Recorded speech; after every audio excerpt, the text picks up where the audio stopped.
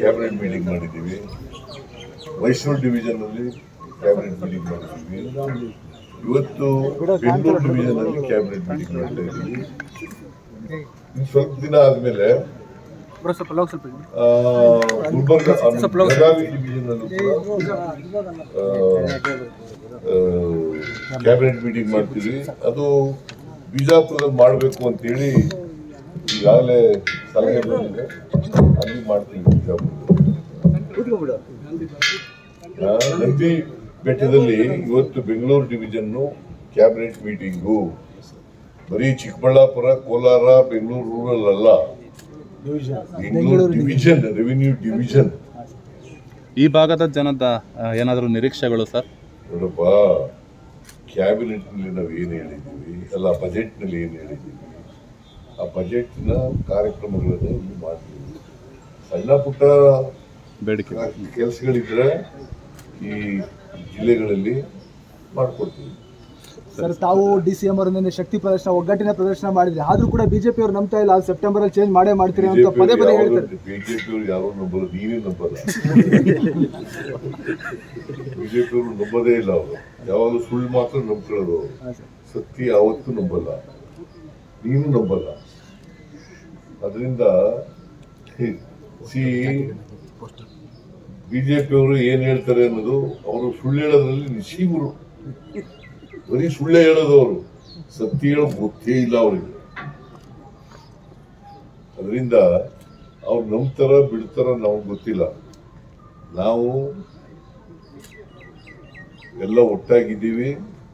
ನಮ್ಮ ಸರ್ಕಾರ ಈಗಾಗಲೇ ನಾನು ಮೈಸೂರಿನಲ್ಲಿ ಹೇಳಿದ್ದೀನಿ, 5 ವರ್ಷ ನಾವೇ ಅಧಿಕಾರದಲ್ಲಿ ಇರ್ತೀವಿ. ಕಲ್ಲು ಬಂಡೆ ತರ ಇರ್ತದೆ ನಮ್ಮ ಸರ್ಕಾರ, ಗಟ್ಟಿಯಾಗಿ. ಅದರಿಂದ ಅವರು ಹಗಲು ಕನಸು ಕಾಣ್ತಾ ಇದ್ದಾರೆ. ಪಾಪ ಬಿಜೆಪಿಯವರು ಹಗಲು ಕನಸು ಕಾಣ್ತಾ ಇದ್ದಾರೆ. ಅವರು ಅಧಿಕಾರದಲ್ಲಿ ಇದ್ದಾಗ ಏನೂ ಮಾಡಲಿಲ್ಲ. ಏನಾದ್ರು ಮಾಡಿದ್ರ ಇಂಥದ್ದು ಮಾಡಿದೀವಿ ಅಂತ ಹೇಳಿ ನೋಡೋಣ. ನಮ್ಮ DK ಶಿವಕುಮಾರ್ ಹೇಳ್ತಾನೆ, ಸಾಕ್ಷಿ ಗುಡ್ಡೆ ಕೊಡಿ, ಬಿಟ್ಬಿಟ್ಟೋಗಿ ಅಂತ. ಏನ್ ಸಾಕ್ಷಿ ಗುಡ್ಡೆ ಬಿಟ್ಟೋಗಿದ್ದಾರೆ ಅವರು? ನೀರಾವರಿ, ಇರಿಗೇಷನ್ನು, ಆಮೇಲೆ ರೂರಲ್ ಡೆವಲಪ್ಮೆಂಟು, PWD, ಆಮೇಲೆ ಎಜುಕೇಶನ್ನು, ಆಮೇಲೆ ಹೆಲ್ತ್. ಎಲ್ಲಿ ಬಿಟ್ಟಿದ್ದಾರೆ? ಯಾವ್ದು ಬಿಟ್ಟಿದ್ದಾರೆ ಹೇಳಿ ನೋಡೋಣ.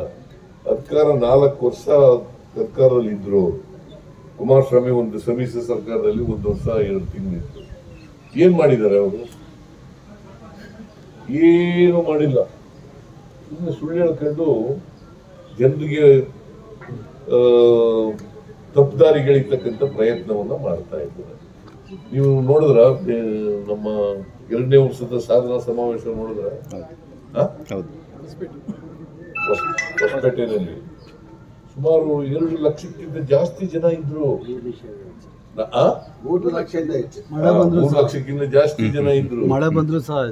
ಮಳೆ ಇದ್ರು ಬಂದಿದ್ರು ಕೂಡ ಇದ್ರು.